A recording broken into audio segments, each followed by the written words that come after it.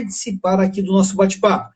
Hoje nós temos um bate-papo muito interessante aqui com o doutor Luiz Fernando Pereira. Ele é advogado, é especialista em processo penal, processo civil, direito tributário, ele é escritor também, possui vários artigos escritos aí, inclusive possui um blog pessoal também, e um canal do YouTube lá com muitas novidades e vídeos com informações primordiais. E falaremos hoje, então, com o doutor Luiz, sobre os crimes tributários à luz dos tribunais superiores. Ok? Meu amigo Luiz, seja muito bem-vindo e eu passo a palavra para suas considerações iniciais. Ô, meu querido professor, é uma satisfação em tê-lo aqui virtualmente, né? Sempre eu sigo as suas postagens, eu vejo o seu canal também cada vez melhor ainda, as súmulas, então eu assisto todas as súmulas aí do doutor. É sempre uma satisfação fazer uma live contigo, porque é uma admiração que eu tenho pelo doutor, pela facilidade de explicar e ter esse carinho todo, né, para fazer lives, vídeos. Eu acho isso espetacular, né? Então, adentrando o tema, a gente poderia, sei lá, fazer um bate-papo, igual conforme o doutor já deu como proposta, né? Algo mais informal, né? Para começar, pelo menos fazer, mas sem fugir um pouquinho da parte técnica. Eu não sei se quem está assistindo é profissional do direito, ou mesmo que não atue na área, mas pelo menos a gente tem que tentar observar uma perspectiva diferente daquilo que a gente poderia enxergar, né? Que a gente tem um campo de visão diferente de outros, então a gente vai tentar fazer com que fique uma conversa, mas sem fugir um pouquinho do técnica, né? Igual, conforme já mencionei. Porque o direito é uma ciência, né, doutor? Não tem como a gente conseguir fugir das questões técnicas, principalmente agora, esses crimes tributários que hoje tem se falado tanto, né, dos tribunais, como eles têm decidido, faz com que a gente tenha essa visão aí um pouquinho o direito tributário. Se não entender direito tributário, vai ser impossível entender o que vai acontecer em relação aos crimes, né? Se é crime ou não é, né? Porque aí temos algumas perspectivas no tocante à questão material e formal aí dos crimes, e é um assunto ainda em voga ainda. Quem está, inclusive, presta concurso público, né? Que vai prestar concursos tanto na carreira policial, às vezes cai algumas a lei, né, específica para isso, né, a Lei 8.137 de 1990, que é a lei dos crimes contra a ordem tributária e contra aí, as relações de consumo, né?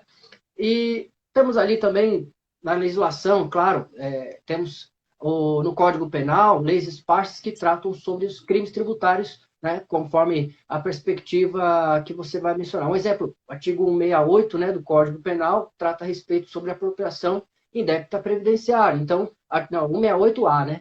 E aí você tem essa visão um pouco mais bem complexa, que aí você tem que entender um pouquinho de tributário e depois entender a estrutura do direito penal para conseguir juntar os dois e dizer, olha, isso aqui é crime tributário. Não, isso aqui não é crime tributário. Então, apesar que ambos ainda, nós temos um princípio maior aí, desculpa ter que falar, nós estamos como direito, como ciência, né? Regras e princípios devem atuar juntos, né?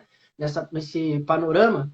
Então, nós temos ali uma visão bem observada, sofisticada, melhor dizendo, que aí temos o princípio da legalidade, né?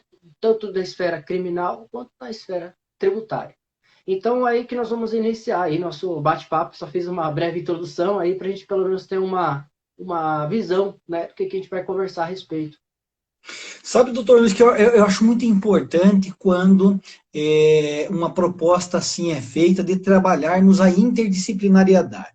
Porque, geralmente, não é, quando se está a tratar das matérias jurídicas, muitas vezes o jurista, aquele estudioso do direito, ele acaba ficando alheio a todas aquelas mazelas, aquelas discussões que permeiam o direito, mas que atingem a sociedade de forma geral, e muitas vezes a pessoa acaba ficando sem essa compreensão efetiva da aplicação do direito. Eis o motivo, então, das nossas lives, é justamente isso. Aqui eu trato com profissionais do direito, da psicologia, a profissionais que estão atuando no Ministério Público, na advocacia, né, delegados de polícia também. Por quê? Porque nós queremos trazer aqueles que nos ouvem. Eu tenho aqui vários seguidores.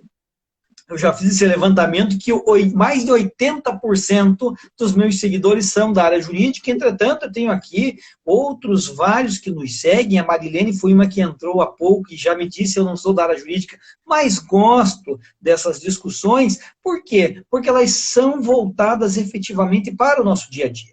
E com a interdisciplinariedade, é lógico que nós já trabalhamos aqui psicologia, sociologia, e hoje nós trabalharemos duas áreas do direito, que é o direito penal, que é o direito tributário, mas à luz dos tribunais, como os tribunais entendem isso, mas que atingem todos. Por quê? Porque o Estado, esse grande Leviatã, como Hobbes bem denominou, possui dois ramos que inegavelmente acabam atingindo todos. Não temos como escapar do direito tributário e do direito penal. São impostos aqui, o Estado impõe esses dois direitos e o executa de forma tão severa, tão forte, que nós ficamos atrelados a ele. Eu sempre digo isso aos meus alunos: cometa um crime de homicídio, terás que correr do Estado a vida toda, ou até o tempo da prescrição. Deixe de pagar seus tributos, não é verdade? Que você também terá suprimido alguns direitos pelo Estado. Então, são duas matérias essenciais para o nosso dia a dia. E esse tema, e como os tribunais enxergam essas duas matérias correlacionadas, é muito interessante do ponto de vista econômico. Exatamente. Até você mencionou que isso faz parte muito do nosso dia a dia. Eu lido com questões também relacionadas à parte de licitações públicas, né? Então, assim, imagina, uma empresa que deseja participar de uma licitação e ela não tem a certidão de regularidade fiscal, como estamos dizendo, na esfera tributária. Mas, se você, eu tenho dívidas diversas lá, você tem que seguir os parâmetros, né, da Lei 8666/93, que é a Lei de Licitações e Contratos, para conseguir participar de uma licitação, para vender para o ente público. Então, e como que uma empresa dessa, né, um exemplo claro, né, de crime tributário, que isso tem uma incidência grande ali, querendo ou não, né, porque lógico que não tem um efeito subsidiário, secundário nisso, mas de modo, assim como os outros crimes, né, como crime de homicídio, existe por exemplo, nós temos o STJ, né, estamos falando já começar a falar sobre os tribunais superiores. O STJ já fala a questão do direito ao esquecimento. Não sei se você já viu isso, né? O direito ao esquecimento, Sim. Que a pessoa matou a outra. Eu vou entrar com uma ação para ninguém mais falar sobre este assunto. O caso Isabela Nardoni, acredito que foi esse caso aí, teve outros também. Ao mesmo passo que essa incidência social, né, dos efeitos sociais de uma condenação por um crime, lógico, o crime tributário ainda, a sociedade precisa entender que os tributos, eles possuem, querendo ou não, de modo direto, em regra, né, teriam sua destinação. Então, tendo esta destinação específica para custeio da saúde, para custeio em regra, né, de tudo isso, né, porque tem umas questões políticas por trás disso, mas temos custeio de segurança pública, super importante, porque não paga o salário do doutor, que é de delegado, que é do outro policial, que é aquele que vai investigar, enfim, é uma gama completa, é muito complexo. O Estado precisa, né, do dinheiro, de arrecadar o dinheiro para conseguir construir isso. Sabe que tem uma coisa que eu lembrando aqui, desculpa, até eu falo um pouco, bastante aqui, mas você pode me interromper, tá? É o seguinte, eu fiz um vídeo um tempo atrás, uns 3, 4 anos, falando lá no meu canal no YouTube, né? Que eu falava sobre sonegação fiscal. Aí eu recebi umas mensagens lá, fiquei um pouco abismado pela posição que essas pessoas tinham. Lógico, a internet, a pessoa pode falar o que ela acha que pode falar o que ela quiser. Mas ele disse assim, não, tem que sonegar mesmo, o Estado deixa que o Estado fique sem receber dinheiro e pronto. tem que sonegar porque isso aqui é um roubo. Olha, a visão dele que acha que o tributo serve como roubo. Né? Imagina, até se não fosse isso, que se fosse isso exatamente esse ponto, estaríamos lá na idade medieval, que alguém ia bater na porta, se não pagasse, ia preso. Então tinha uma visão totalmente deturpada sobre o que é o crime tributário em si. Eu defendo exatamente que a proteção como bem maior de tudo, proteção jurídica, o direito penal é a última ratio, né, a última razão de ser, mas nós temos que observar um detalhe mínimo, que é essa perspectiva de proteção, né? O devedor. Aí nós temos que adentrar os temas do devedor contumaz, que é o STF, e agora o STJ, até dia 11 do 11, né?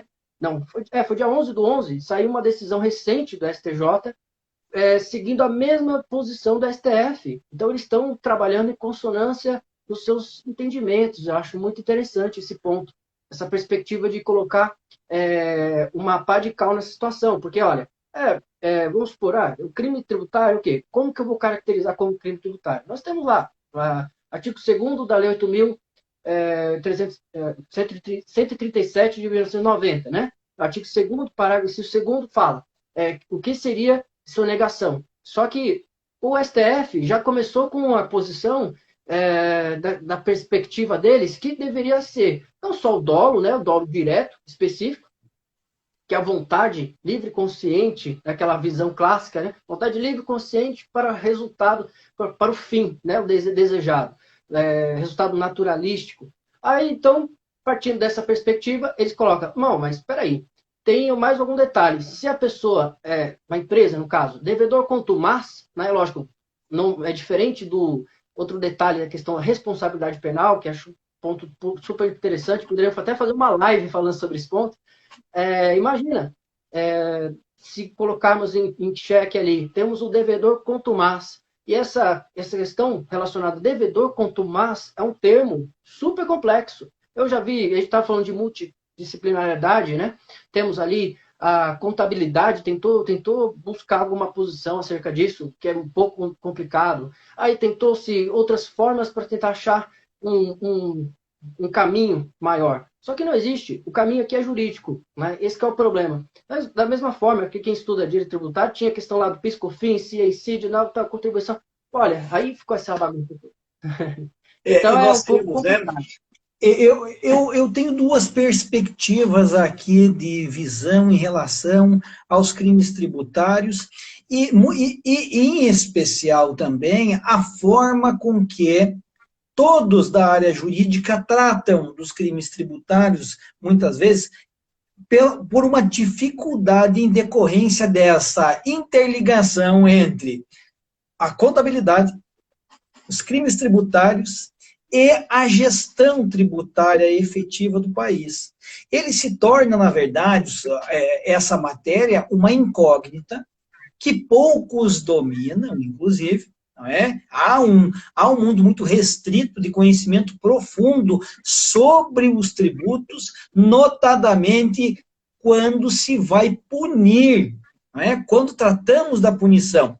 Essa é uma primeira observação que eu tenho sobre essa matéria.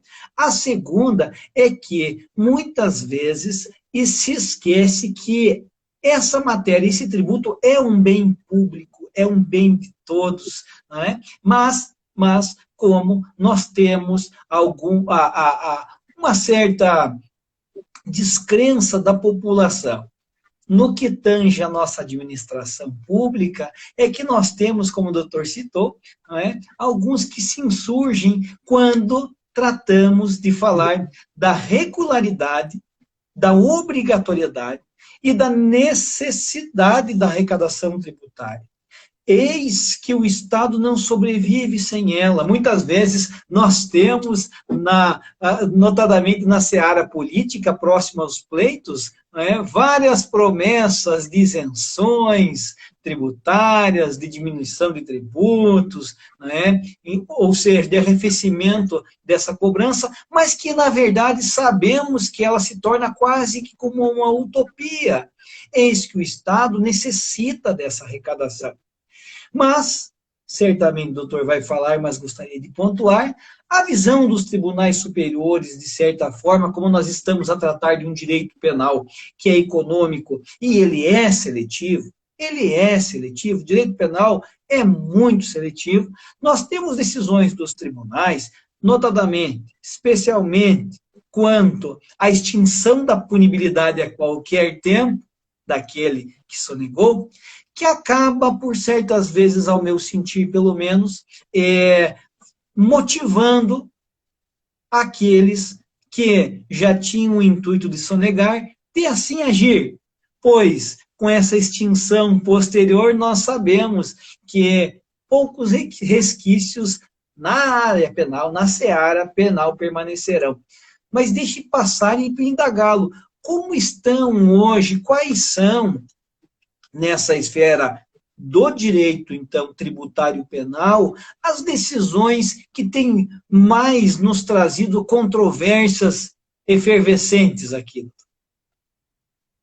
Então, a primeira delas é isso que o doutor mencionou, que é em relação à aplicação, que primeiro, o aspecto temporal, que é a qualquer tempo, e aí essa briga do STF em relação à ICMS, que teve essa briga em meados de 19 de, acho que, exatamente, dia 19 de dezembro, tivemos o julgamento do STF. Eu acompanhei esse julgamento porque a gente tem que sempre estar antenado com esses temas importantes.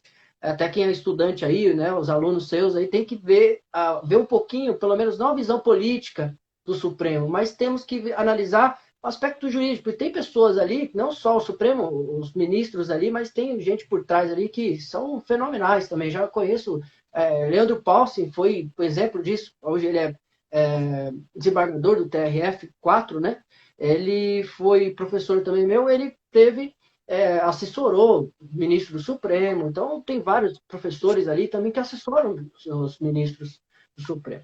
Enfim, em relação a decisões, tem um aspecto temporal e também tem um aspecto quantitativo, né? Outro detalhe importante que eu tenho visto que o Supremo e também o STJ, né, Superior Tribunal de Justiça, faz essa posição de que como se fosse um freio, né? Utiliza o direito penal do equilíbrio, que eu acho que poucas vezes eu ouvi falar. Eu acho que é um tema que ainda eu estou escrevendo, esse tema, que é o direito penal do equilíbrio, na perspectiva Rogério do direito... Greco tem uma obra nesse sentido, né? Direito penal do equilíbrio.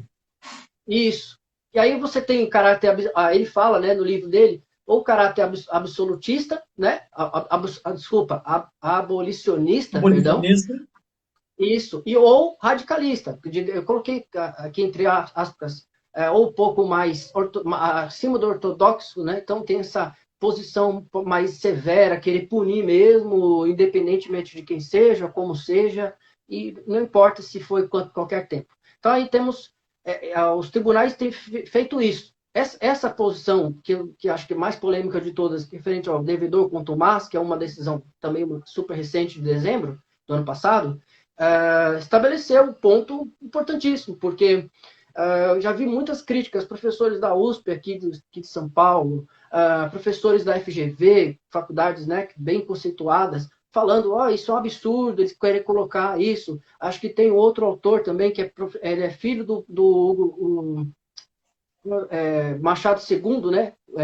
Agora ele é tributarista, né? Agora estou lembrando o nome dele aqui. Ele faz algumas colunas também no Conjur também, e ele fala a respeito exatamente sobre esse ponto, que não deveria colocar, criminalizar por completo essa estruturação do direito penal diretamente aos tributos, porque tem outro caminho para seguir o Estado, para prosseguir. Ok, mas temos outros pontos e que essa caracterização de determinada conduta. Um exemplo típico, vamos supor, aí eu lembrando aqui, antes de eu falar das decisões dos tribunais, temos ainda a súmula 24 do STF, não sei se você já comentou, que fala sobre os crimes materiais, né?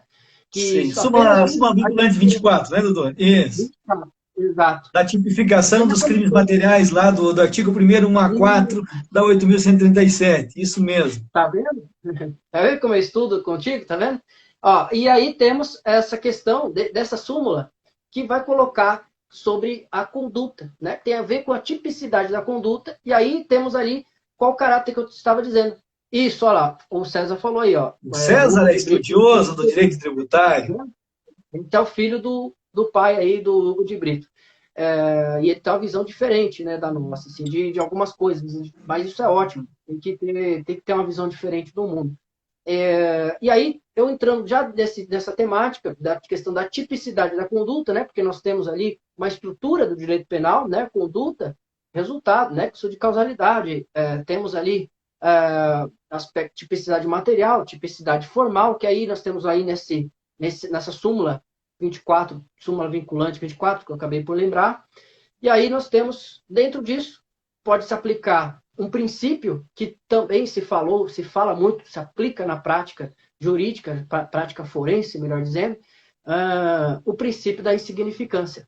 Essa talvez seja uma das mais importantes para fins até de estudo, né, e para fins práticos mesmo, porque aí nós temos o aspecto quantitativo. O STJ e o STF tinham uma luta, nossa, parecia aquele do 300, cada um derrubava de um lado para um buraco, mas ninguém conseguia saber para onde ia. Então, assim, o STF já fez acho que até o ministro, o decano, né, o Celso de Mello, que se aposentou recentemente, ele fez essa estrutura, não sei se seguindo lá por Gilmar Mendes e tudo mais, porque lembramos do livro dele, do Gilmar Mendes, que fala a respeito desse ponto. Ele fala sobre a questão da caracterização do princípio da insignificância. Né? Temos lá os 4 vetores principais, né? Que é a mínima ofensividade da conduta, né? Se a conduta sendo mínima no direito penal, não há que se dizer crime. Primeiro ponto. Segundo, nenhuma periculosidade social, aí é uma discussão aí que, se colocar na esfera tributária, aí você pode ter argumentos favoráveis ao fisco, na verdade, e à sociedade, né? E também o reduzíssimo grau de reprovabilidade do comportamento, e dizendo que aquilo que nós estávamos conversando agora. O rapaz que colocou no comentário do vídeo que eu fiz, falando sobre a perspectiva de dizer que, olha, tem que sonegar mesmo e ponto. Então, aí você vai ter que ter essas visões. Mas quem vai ver isso é o jurista, é o advogado, é o promotor, é quem vai atuar isso do direito. E aí temos a questão da inexpressividade da lesão jurídica provocada. Então, essa questão, esses seriam os 4 vetores principais. E aí, a partir disso, o STF falou uma coisa, o STJ falou outra. Eles falavam que o valor, sendo um valor insignificante para o Estado, para promover uma ação penal, seria 10 mil. O outro dizia que seria 20 mil. Cada um dizia uma posição diferente. Mas prevaleceu a tese dos... deixa eu só lembrar aqui. Foi dos 20 mil, né? Seguindo Sim, o Ministério da portaria do Ministério da portaria do Fazenda, Ministério da né? Fazenda. Isso, seguindo ela. Por quê? Muito simples. Né? Imagina, temos aí uma situação, direito penal já visando uma questões com pitadas de sal econômica. Né? Já temos ainda estudo econômico do direito, né, aplicado. Isso é um ótimo estudo para quem gosta de estudar esse ponto. Eu tenho estudado sobre essa questão econômica do direito, né, aplicado. E um exemplo claro disso, né? Porque imagina, estamos ali a verificar. Nossa, o Estado vai ter que entrar com uma ação tributária, ação de execução fiscal, né, cobrando o tributo que foi sonegado, que foi não pago, foi reduzido a menos, né, a menor, por um erro de uma empresa, por exemplo, de um planejamento tributário. Né? Geralmente as empresas fazem o planejamento tributário. E aí contrata um profissional que, infelizmente, acaba não tendo o manejo necessário. Ele também tem que entender sobre esse ponto. Tá vendo? Esse é outro detalhe que todas as pessoas deveriam entender um pouquinho sobre esses crimes tributários. Porque imagina você atuar com tributo e não saber o que é crime, o que não é, o que eu devo fazer na esfera administrativa, na esfera judicial. Esses seriam outros pontos interessantes. Aí, então, o que eu tenho para dizer? Isso já foi consolidado. E nessa perspectiva do princípio da insignificância, foi aplicado na época um crime de descaminho, lá do Código Penal. E, a partir dessa perspectiva, começou a aplicar de alguns outros crimes tributários. Né? Apropriação indébita previdenciária, artigo 168A. E temos esses pontos importantes. Aqui eu tenho lembrando aqui só... o STJ também fez essa menção. Agora eu lembrar aqui Doutor, a mas súmula... Deixe eu lhe Vamos lá, tá fazer aqui. uma pergunta, o senhor que está mais na Claro. área tributário penal, mas que é realmente em relação a todas essas decisões que permeiam esses crimes.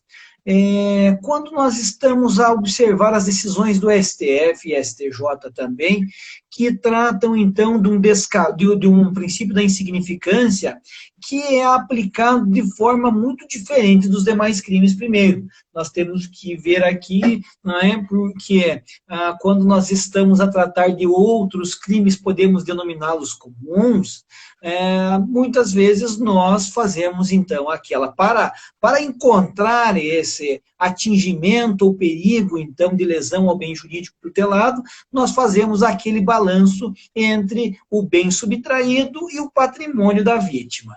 Né? E muitas vezes aí alguém diz assim, um furto de R$ 50, um furto de 2 galinhas é insignificante? Eu digo, depende. Depende do poder aquisitivo daquele que foi vítima. Se essas 2 galinhas serviam ao sustento diário dele, fornecendo ovos, ou mesmo que posteriormente elas fossem abatidas para o consumo, a ele feriu o patrimônio. Não há o que se falar em insignificância. Nós também temos, né, lá do 55, parágrafo, salvo engano, segundo, não é, o furto de pequeno valor, que a doutrina diz que até um salário mínimo nós temos denominado um furto de pequeno valor. E nesse caso do pequeno valor até o salário mínimo, nós teremos uma punição efetiva. Né? Nós teremos lá uma alteração, uma substituição até por multa, mas teremos punição. Mas quando nós olhamos aos crimes tributários, e aqui o senhor bem mencionou lá o descaminho que está no 334 hoje, nós tínhamos, a princípio, uma determinação legal de que até a quantidade de tributos sonegados, e não dos valores dos bens, mas sim dos tributos, né, aplicava-se em significância até R$ 10.000. Depois, com a portaria do Ministério da Fazenda, né, adotada pelo STF e agora pela STJ, também passou-se a R$ 20.000.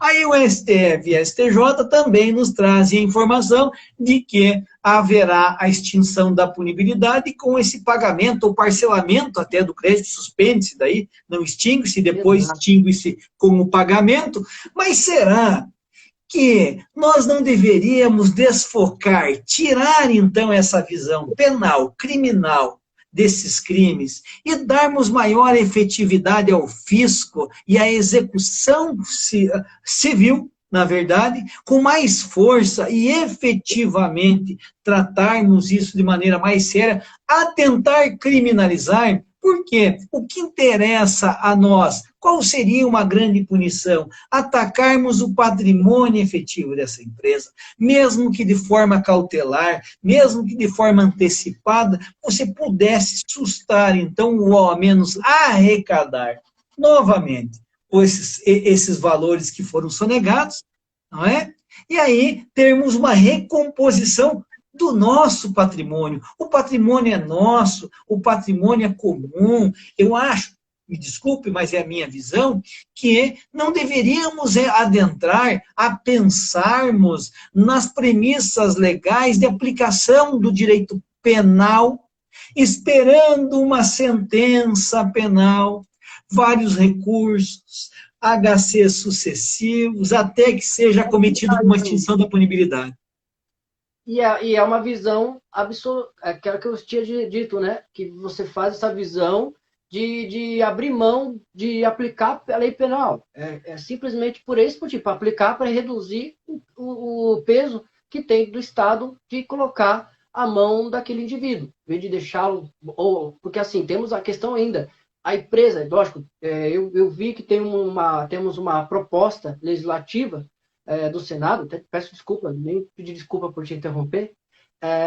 Não, imagina. Temos a proposta legislativa, tem uma proposta legislativa que fala sobre esse detalhe relacionado, porque assim, a questão mais importante, vale até uma live enorme aí para falar a respeito dessa decisão do Supremo, do RE, agora eu esqueci o número do RE, mas ele fala a respeito sobre a questão do devedor contumaz. E agora eles querem fazer o engessamento desse conceito para evitar com que o STF e o STJ utilizem este conceito. Esse engessamento pode trazer efeitos, pode ser positivos ou negativos, a gente não sabe. Só que aqui, até o momento, para a comunidade jurídica, eles entendem que estabelecer um conceito, assim como no crime de homofobia, né, que colocaram como homofobia análogo a racismo. Imagina, olha que como se vai se fazer. Existe a questão, que é um estudo que se deve observar, do ativismo judicial. E este grande problema que nosso país tem enfrentado nos últimos tempos, e até um erro, né? Eu acho que é um erro judiciário de colocar conceitos que não estão previstos em lei. E às vezes acontece dizer assim, eu prefiro passar a esponja na sujeira, né, do que limpar por completo. Eu vi isso essa frase acho que tem tudo a ver com crime tributário. Por quê? Porque ele prefere passar ali para fingir que está limpo, ou passar o espanadorzinho ali, e aí vamos deixar para lá. Ali não, ele é devedor contumaz? Ok, mas o que é devedor contumaz? É um conceito muito vago, e aí temos esses problemas, né? E que nós temos essa posição, porque conceitos indeterminados e vagos no direito penal servem a garantir a impunidade.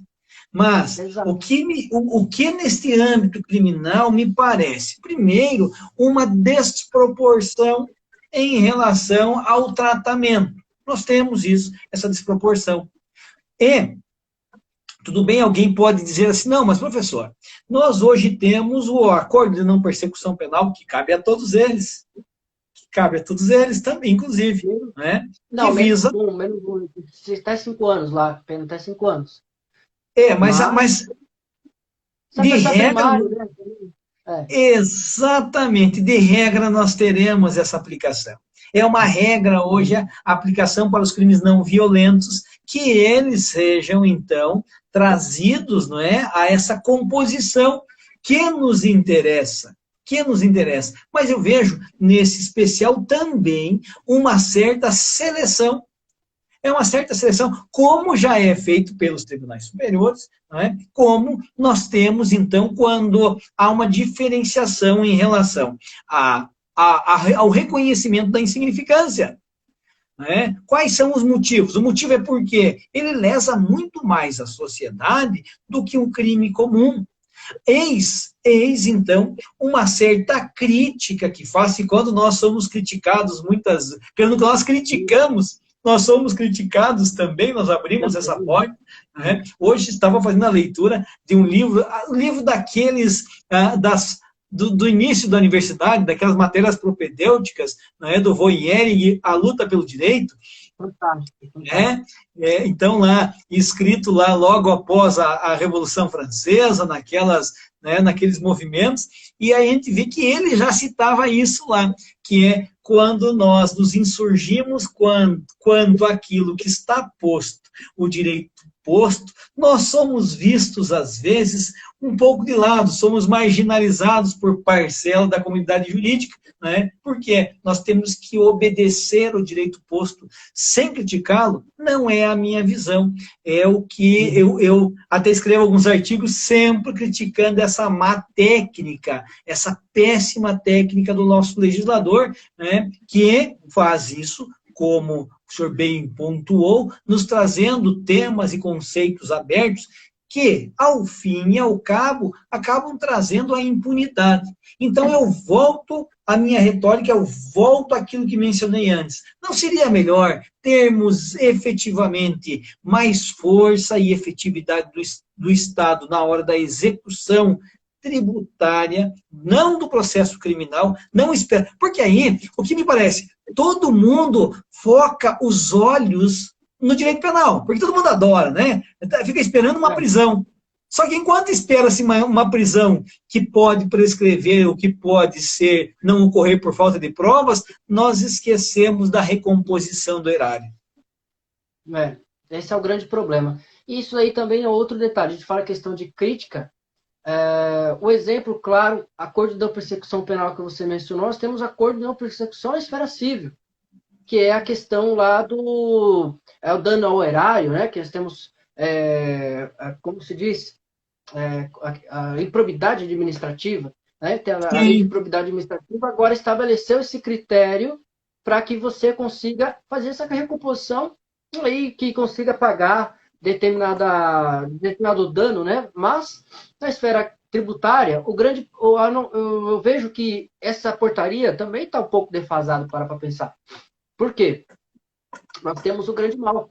Porque hoje nós temos o processo eletrônico. O processo eletrônico facilita a economia para o Estado.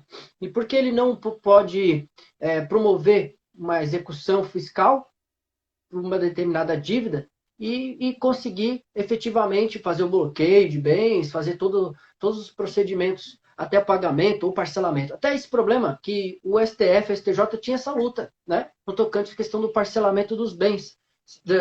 Desculpa, parcelamento dos débitos tributários, se pode extinguir a relação criminal lá, né, se extinguir o processo, né? Então, este seria o grande problema. E aí, o enfrentamento disso, né, a extinção de punibilidade pelo pagamento parcial, ambos já seguiram em consonância disso. Ah, mas participou do Refis, que é o programa de refinanciamento, né, parcelamento de dívidas. Ah, mas temos aí um detalhe interessante. Artigo 16 do Código Penal. Artigo 16 do Código Penal. E ele fala que o dano vai diminuir, né, o arrependimento posterior. Aí temos essa visão do STJ, que o arrependimento posterior também possa ocasionar efeitos positivos para o devedor contumaz. Um exemplo, porque ele deve milhões para o Estado. Esse caso que eu falo do devedor contumaz, inclusive, foi de uma empresa do Estado de Santa Catarina, inclusive, curiosamente. Né? E agora, esse caso recente que teve, que absolveu uma pessoa que era devedora também, considerada como devedora contumaz, mas não havia o dolo específico para tanto, dolo direto. E aí foi absolvido, quem foi que promoveu a defesa foi a Defensoria Pública, né, do Estado de Santa Catarina, que fez a defesa dizendo, olha, mas espera aí, não é bem assim, porque aí você tem que observar essa questão de equilíbrio. Aquele que deve muito, aquele devedor que deve até, aqui o pessoal fala, até as cuecas, e aquele que deve apenas uma quantia, uma dívida que virou uma bola de neve por conta de um monte de diversas situações. E essa seria essa questão do direito penal, do equilíbrio. E aí não é só na esfera tributária, obviamente. É diferente eu fiz uma série de vídeos lá no meu canal falando sobre crimes de licitações. Eu gosto também para falar bastante. Artigo 89 seguintes lá da lei de licitações. Então é um exemplo típico aliás, totalmente de que seja diferente, né, exemplo típico que faz essa distinção entre o crime, o que se deve colocar a mão do Estado, né? A mão que o Adam Smith falava. Será que é mão invisível ou não? Né? Essa brincadeira da mão invisível do Estado. Ele vai ter que intervir na economia, igual ele dizia lá, mas aqui, será que nós temos que intervir com direito penal com a mão, né? Colocando no colarinho do sujeito, até inclusive, né? Temos aí na esfera da criminologia, o Sutherland, né, que fala muito sobre esse ponto, sobre os crimes do colarinho branco, né, ele fala sobre esses detalhes, e aí ele fala, eu fiz uma leitura um tempo atrás, falando exatamente que o colarinho que ele fala, o white collar, né, essa terminologia, ela faz um detalhe imenso, porque ele falava que Adam Smith, né, se apregoou da ideia de Adam Smith de relação a essa mão invisível, que o Estado deverá abster-se de algumas situações. Mas não é esse o parâmetro que acho que tem agora um documentário que fala sobre... Eu recebi, só que é só em inglês, né? Agora posso até depois compartilhar, que fala exatamente sobre esse autor, né? Que fala essa mão invisível do Estado, será que eu vou ter que intervir, eu não vou? E aí essa bagunça toda. Essa associação diferencial do Sutherland, né? É muito interessante, né? Gisele, deixa eu dar um oi só para a Gisele, que entrou aqui também, e o doutor Wellington também, Cardoso, sejam bem-vindos. Mas, doutor, nós tínhamos falado do acordo de não persecução. O acordo de não persecução se aplica aqui porque a pena mínima é de até 4 anos. Veja, quais, sem violência ou grave ameaça, quantos crimes nós temos aqui no âmbito tributário que a pena mínima não suplanta os 4 anos? Ou seja, nós teremos, sim, uma aplicação muito grande, não é? de situações em que não haverá, ao fim e ao cabo, uma sanção penal. É isso que me causa... E aí, quando nós falamos, mas é última ratio, ora, nós temos que ter também cuidado em relação à utilização dessa panprincipiologismo, né, desse panprincipiologismo, para que não acabemos com o nosso ordenamento também. Mas, se nós queremos efetivamente punir, se os tribunais, se o Estado quer efetivamente punir, nós não conseguimos vislumbrar nas suas decisões, não conseguimos vislumbrar isso na forma de processamento. Ou seja, será que não há, de certa forma aqui, não é, uma simples máscara estatal dizendo já que o senhor falou da criminologia, eu me lembro aqui sempre, e sempre pauto muito das minhas conversas sobre criminologia na prevenção geral negativa, em que o Estado diz assim, olha, eu tenho a Lei 8.137 de 90, com algumas penas altas, então você não sonegue. Tá? Você, cidadão, não sonegue, senão terá aqui uma punição criminal. Entretanto, posteriormente, ele, por meio da portaria do Ministério da Fazenda, alça a uma quantia de R$20 mil de tributos o reconhecimento, então, da tipicidade material ali, com a insignificância. E depois, em julgamentos, destoando do que a lei pré-eleciona, diz que em qualquer tempo haverá essa extinção da punibilidade.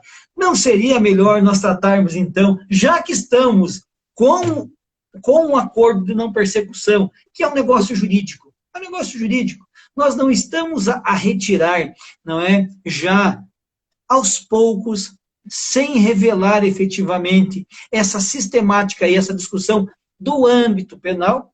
Então, por que motivo, vejo isso, o Estado, lógico, nós sabemos por que motivo, é para dizer que o Estado é punitivista, mas o Estado mantém, em alguns casos, o início da persecução, um gasto da máquina pública. Sabemos que o processo criminal, como todos os processos, eles despendem de uma grande quantia de valores, seja no processamento efetivo, seja na manutenção dos órgãos e na manutenção dos servidores, para, ao fim, termos grandes vitórias dos acusados, dos suspeitos, dos réus, quando se tem uma extinção da punibilidade, quando se tem uma prescrição, quando se tem uma sentença absolutória pautada ou descaracterizando um conceito inserido pelos tribunais superiores, que é um conceito aberto e indeterminado. Ao meu sentir, ao menos, pelo que a gente analisa das decisões, da que efetivamente acontece, em especial com a possibilidade, então, desse parcelamento, pagamento com extinção do crédito tributário, é que o Estado deveria, sim, então, fomentar as formas efetivas de recuperação do erário, as formas efetivas de recompor o patrimônio que é nosso, porque sabemos que muitos dos grandes empresários aqui, e não estou generalizando, nós possuímos muitos empresários corretos com o fisco, mas também alguns que não, e muitos desses acabam se locupletando de valores que são de todos nós e acabam impunes. A impunidade é o grande problema, né? Não só na esfera aí dos crimes que eu mencionei, colarinho branco, mas também outros diversos crimes que acabam tendo o desvalor, né? Então, essa teoria do desvalor é outro ponto interessante que nós deveremos... Até estou tentando estudar esse tema, um tema novo ainda, teoria do desvalor, você colocar, é um pouco filosófico, mas você colocar um critério, como se fosse um jogo de dominó. Você coloca a peça e vai jogando aquele dominó enfileirado, e até chegar no seu final ali, quase que alguma coisa vai acontecer. Ninguém sabe se vai até o final ou não vai. Então, esse seria o desvalor dos dominós, lá, uma teoria que um dia eu vou falar ainda a respeito, que é um tema bem complexo. Mas, até um outro detalhe que nós tínhamos conversado. Ah, tá. Lembrando, a maioria dos crimes tributários, eles têm, existe a questão da continuidade legislativa, ou seja, os tribunais já consolidaram, tanto o STF, tanto o STJ, eles já seguiram o entendimento de que, mesmo que, vamos supor, que a pena for de 4 anos, né? Aí você, vamos supor, ele fez a redução de tributo, né? Lá falsificou a nota fiscal tributária, um exemplo. E aí ele juntou com uma outra situação, mas que esteja relacionado com aquela de suprimir o tributo. Reduzir ou suprimir o tributo. Tá, ok. Mas a pena é uma só. Então, essa questão que você falou, questão da punibilidade, é uma visão do tribunal, lógico, para abafar a situação, de certo modo, vamos ser mais crítico. Mas o grande problema é esse. Aí cabe ali o julgador, no caso aí, o juiz, que vai verificar, ou até mesmo na fase de investigação, o grande problema relacionado à parte técnica, porque todos a maioria deles são crimes materiais, apenas um, que é o crime formal, que está lá na súmula 24, essa súmula vinculante, ele estabelece esse critério, porque se você vem com as provas ali, por exemplo, eu recebi, né, o delegado, no seu caso, né, recebi um inquérito para que seja investigado pelo Ministério Público, um crime fazendário. E aí, o que o delegado vai fazer? Vai fazer a diligência. Ele vai até lá, a empresa, vai levar os computadores, vai levar todos os arquivos, folhas de caixa, pagamentos e tudo mais. Vai levar aquilo ali tudo. Mas, até conseguir levar a provas para serem produzidas na esfera da delegacia e até chegar nas mãos do promotor de justiça, é impossível estabelecer se realmente há o crime ou não. Às vezes só tem indícios, né? E esse é o problema.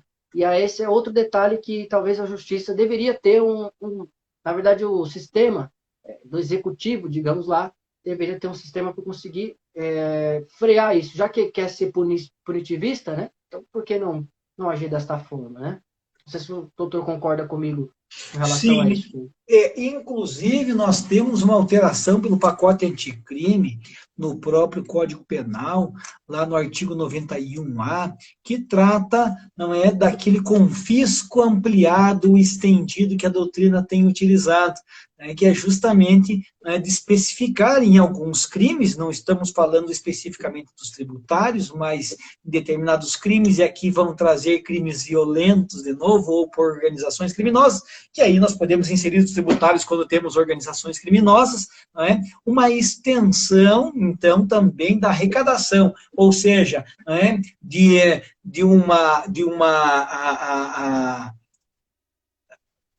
medidas de sequestro de bens, enfim, né, em relação àqueles bens não diretamente provenientes do crime, mas aqueles que resultem numa diferença entre o patrimônio do atual do réu, né, com a possibilidade que ele tem, não, com a sua renda econômica, de auferir bens de consumo, né, os bens em geral. Então, o pacote anticrime trazendo essa nova perspectiva, entretanto, é como tu falou, né? Quem está no âmbito executivo com um know-how, com um conhecimento mais aprofundado sobre contabilidade, direito tributário, tributos, administração e direito penal. Veja, nós precisamos aqui de uma convergência de matérias para que possamos efetivamente ter um processo, uma investigação criminal, mas que visa o quê? Uma pena privativa de liberdade. Ou seja, volta a minha crítica, nós focamos na punição criminal e esquecemos efetivamente da recomposição do erário, e aí nós temos os nossos cofres esvaziados, e eis o motivo. Nós não temos uma criminalidade habitual nesses casos. Pensemos, por que temos uma criminalidade habitual? Porque efetivamente aquela segregação ou uma forma de pararmos esses crimes tributários está ineficaz. De certa forma, para mim, ruim que sou delegado de polícia, digo, mas nesses casos parece-me que o crime compensa, porque ele aufere ilicitamente inúmeros valores, recompõe-se, melhora a sua estrutura ilícita de arrecadação, né? E continua habitualmente cometendo esses atos sem que haja punição, esperando-se por uma punição criminal que não chegará. Melhor seria um sequestro, um arresto, não é? Antecipado, com indícios maiores numa esfera civil tributária. É a minha visão. Mas, doutor, esse nosso bate-papo tão bom que o tempo voou, correu aqui. Eu peço que lhe disponibilizo mais 2 minutos, infelizmente, para suas considerações finais e aos nossos presentes aqui. Perfeito.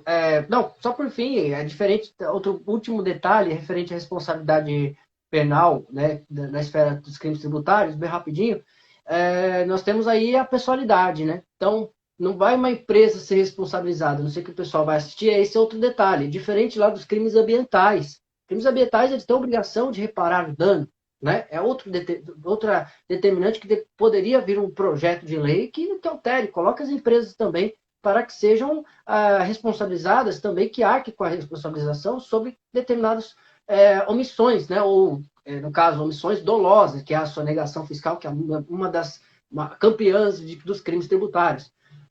Mas, por fim, agradeço muito pelo debate, pela conversa. Acho muito válido a gente sempre pensar em alguns temas jurídicos, e eu fico à disposição para eventuais futuros debates. Assim, eu vou convidar também o doutor para fazer outros debates aí sobre a carreira, alguns pontos importantes, porque o pessoal também, concurseiro, também me segue, né? Então eu gosto de ter esse diálogo com outras perspectivas diferentes.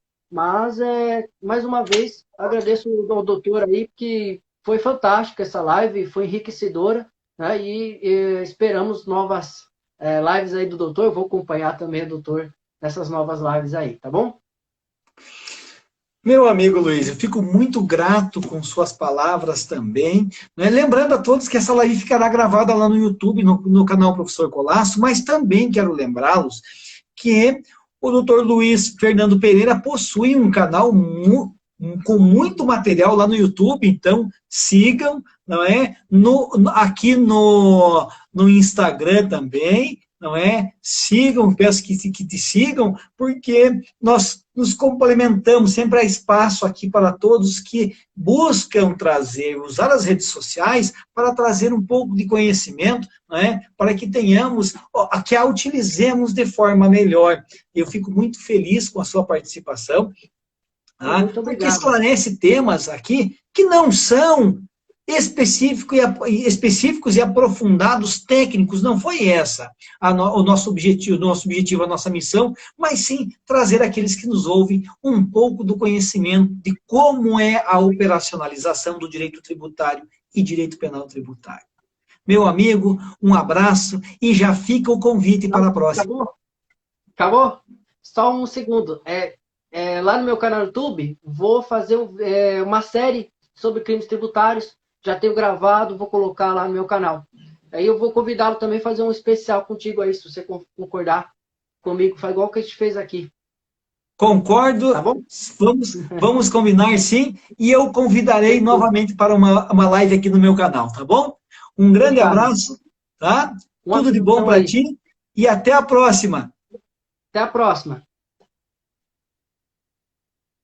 Pessoal, muito obrigado pela participação de todos. Doutor Luiz, aí, maravilha, sempre, não é? É bom termos, assim, essas conversas que são interdisciplinares, são do direito penal, do tributário, mas que influenciam no nosso cotidiano. Só lembrá-los, então, que esse bate-papo ficará salvo lá, alguns minutos aqui, mas depois será transferido ao meu canal do YouTube, Professor Colasso. Lembrando também que na segunda-feira nós teremos a nossa tradicional aula de Direito Penal e trataremos dos crimes de trânsito, a nossa terceira aula de crimes de trânsito. Nosso projeto Súmulas em 3 minutos está rodando, ontem teve súmula nova, acompanhe, não é? É sempre uma forma de trazer a vocês o conhecimento das súmulas de forma mais clara, objetiva, fazendo com que você não perca tempo, que você entenda aquele enunciado e vá com o enunciado na cabeça para a prova, não é? Para acertar certamente as questões, seja dos concursos, seja da OAB, ok? Muito obrigado a todos, Elisa, Rodolfo, Márcio também, seja sempre bem-vindo, Diogo Bazanella, meu amigo, seja muito bem-vindo sempre também, tá? E aguardo vocês segunda-feira, às 20 horas, na nossa aula de Direito Penal.